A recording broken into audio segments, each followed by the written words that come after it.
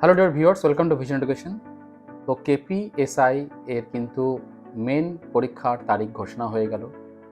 30শে December হচ্ছে পরীক্ষা। তো হাতে 26 থেকে 27 দিন সময় রয়েছে অ্যাসাইনমেন্ট প্রিপারেশন নেওয়ার জন্য। এর পরপরই ডব্লিউবিপি এসআই এর এক্সাম মেন পরীক্ষা শুরু হবে, অর্থাৎ জানুয়ারি মাঝামাঝি বা শেষের দিকে। তো সেটাও প্রায় 1.5 মাস মতো হাতে টাইম রয়েছে। তো এই কেপিএসআই এর মেন পরীক্ষা এবং ডব্লিউবির এসআই এর মেন পরীক্ষা,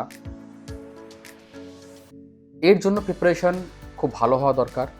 আর যার জন্য আমি আগেও বলেছি ভিডিওতে যে লিখে প্র্যাকটিস করা এবং খাতা চেক করা খুব ইম্পর্টেন্ট, বিশেষ করে ইংরেজির ক্ষেত্রে, ম্যাথের সবের ক্ষেত্রেই, জিএসের ক্ষেত্রেও এবং তোমার রিজনিংয়ের ক্ষেত্রেও, সবের ক্ষেত্রে এটা খুবই দরকার।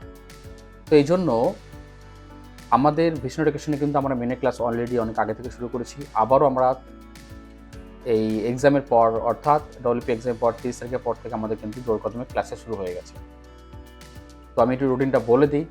যারা ইন্টারেস্টেড তারা স্ক্রিনে দেওয়া নাম্বারে কন্ট্যাক্ট করে অফলাইনে অবশ্য বেস্ট ক্লাসেস করতে পারো এসআইয়ের জন্য। মানডেতে থাকছে ডেসক্রিপটিভ ম্যাথ এবং ইংলিশের ক্লাস। টিউসডে থাকছে ম্যাথ এবং জিএসের ক্লাস, সবই ডেসক্রিপটিভ অবশ্য। এবং ওয়েডনেসডে থাকছে এখানেও একটা ইংরেজির ডেসক্রিপটিভ ক্লাসেস রয়েছে, এটা পিএসসি ক্লার্কশিপকেও কভার করবে এগুলো। বৃহস্পতিবার কোনো ক্লাস থাকছে না। শুক্রবার থাকছে জিআইয়ের ক্লাস, ডেসক্রিপটিভ জিআই। শনিবার থাকছে আবার জিএসের ডেসক্রিপটিভ ক্লাস এবং ইংরেজির ক্লাস। আর সানডে থাকছে বেঙ্গলির ক্লাস।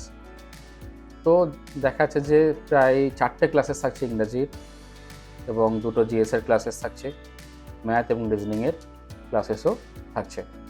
তো এইভাবে প্রিপারেশন স্টুডেন্টসদেরকে খাতা চেক করা, তাদেরকে হোমওয়ার্ক দেওয়া, সেগুলো কতটা লিখতে পারছে সেগুলো স্কোর দেওয়া, এবং আমাদের শেষের দিকে অবশ্য যেরকম মেন পরীক্ষা হয় সেই ধাঁচে আমরা কিন্তু মক পরীক্ষা নেব এবং খাতা চেক করে তাদেরকে স্কোর দেব।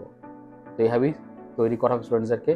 তো যারা এসআইকে টার্গেট করছে তারা অবশ্যই কিন্তু ভিশন এডুকেশনের আনলা ব্রাঞ্চে শেষ 1 মাস বা 2 মাস তোমরা এসআই স্পেশাল ক্লাসেসটা করো, তোমাদের অনেক উপকারে আসবে, এটুকু বলতে পারি।